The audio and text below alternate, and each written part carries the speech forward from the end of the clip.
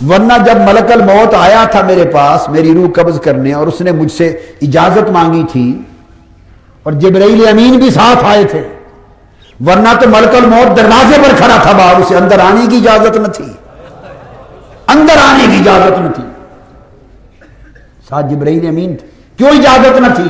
کہ اندر سیدہ فاطمہ الزہرا بھی تھی، پردے دار تھی، اہل بیت آقا کی شہزادیاں تھیں، اور آقا آرام فرما تھے۔ سیدہ عالم نے پوچھا تھا من دق الباب، کس نے دروازہ کھٹکھٹایا؟ تو اس نے ڈرتے ڈرتے عرض کیا، اپنا نام بتایا، ملک الموت بھی نہیں کہا، اصل نام بتایا، وہ آیا ہوں، اسرائیل آیا ہوں۔ اندر اطلاع کی آقا یا رسول اللہ اس نام کا کوئی شخص آیا ہے، فرشتہ۔ فرمایا پردہ کر لو اور اسے اجازت دے دو، وہ تو ملک الموت تو مصطفیٰ کی بارگاہ میں داخل بھی اجازت لے کے لیتا آتا باری تعالیٰ، ورنہ جب اس نے اندر آ کے پھر اجازت مانگی باری تعالیٰ، پھر اس نے جب روح قبض کرنے سے پہلے اسے تیرے ملک الموت کو تو ہمت نہیں پڑی کہ مجھ سے پوچھے حضور روح مبارک قبض کر لوں، ہمت نہیں پڑی۔ اس نے کیا کیا؟ ڈر رہا تھا بارگاہ مصطفیٰ میں جاتے، عرض کیا باری تعالیٰ ساتھ جبرائیل امین کو بھی بھیج، کیسے عرض کروں گا حضور کی بارگاہ میں؟ سیدنا جبرائیل امین ساتھ کھڑے تھے۔ تو سید آقا علیہ السلام نے فرمایا اچھا ملک الموت اجازت ہے، جو تمہاری بات کرنی ہے کر لے، کیسے آئے ہو؟ وہ آقا سے نہیں عرض کر سکا، اس نے سیدنا جبرائیل امین سے کہا۔ ہائے ہائے، آداب دیکھیں، یہ ادب موسیٰ علیہ السلام سکھا گئے تھے۔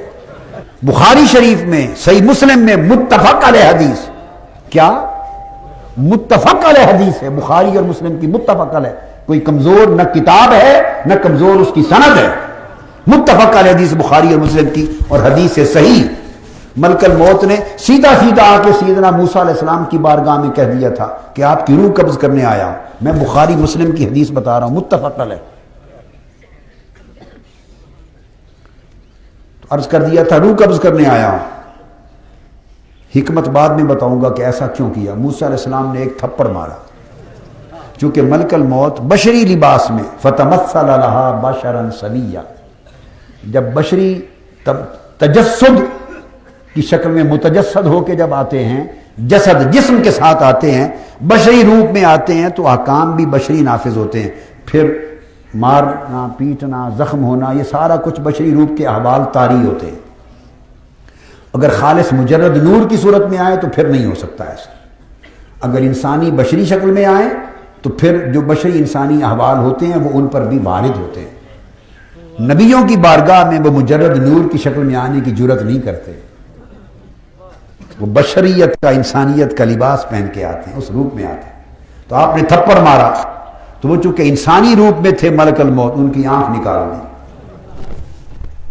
اب اٹھائیے بخاری شریف اور مسلم شریف کو، متفق علیہ حدیث، حدیث میں آتا ہوں آنکھ اپنے ہاتھ پہ رکھ لی، واپس اللہ تعالیٰ کی بارگاہ میں گئے اور جا کے عرض کیا یا اللہ ارسلتنی الی عبد لا یرید الموت، آپ نے مجھے اپنے ایسے بندے کی طرف بھیجا ہے جو مرنا چاہتا ہی نہیں، یہ نے مروا دیا مجھے، عام سادہ ترجمے میں مولا مروا دیا مجھے، میں نے مروا دیتا، انہیں اب کر دیتی میری۔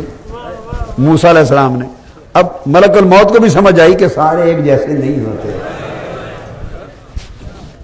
آنکھ نکال دی۔ لا یرید الموت لفظ ہیں حدیث پاک، واقعہ موسیٰ علیہ السلام کا ہے اور بیان تاجدار کائنات صلی اللہ علیہ وسلم فرما رہے ہیں، تصدیق کر دی نا حضور نے، اور کس لیے امت کو بتا رہے ہیں، اور کیوں بتا رہے ہیں یہ آخر میں بتاتا ہوں۔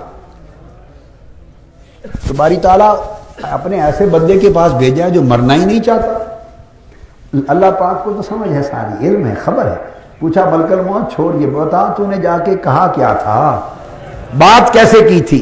باری تعالیٰ بات ایسے کی تھی، فرمایا بس یہی تو خرابی ہوئی، مجھے پتہ نہیں کہ جلال والا پیغمبر ہے میرا،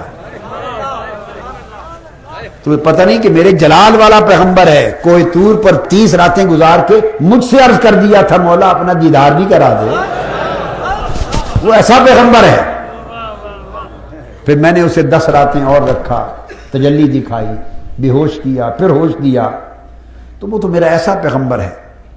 تو تم نے جا کے یوں نہیں کہنا تھا کہ روح قبض کرنے آیا ہوں، یہ پیغمبر کی بارگاہ میں بے ادبی ہوتی۔ تو اس طرح اب جاؤ اور جا کے یوں کہنا کہ یہ جو جانور ہے آپ کی سواری ہے، اس کی پشت پہ ہاتھ رکھیں اور جتنے بال آپ کے ہاتھ کے نیچے آ جائیں، اگر آپ چاہیں تو اتنے سال آپ کی عمر اور ہو جائے گی، پھر اور چاہیں تو اور ہو جائے گی، اور چاہیں تو اور ہو جائے گی، اور اگر آپ چاہیں اللہ کے حضور پیش ہونا تو میں حاضر ہوں۔ اس طرح جا کے بات کرنا۔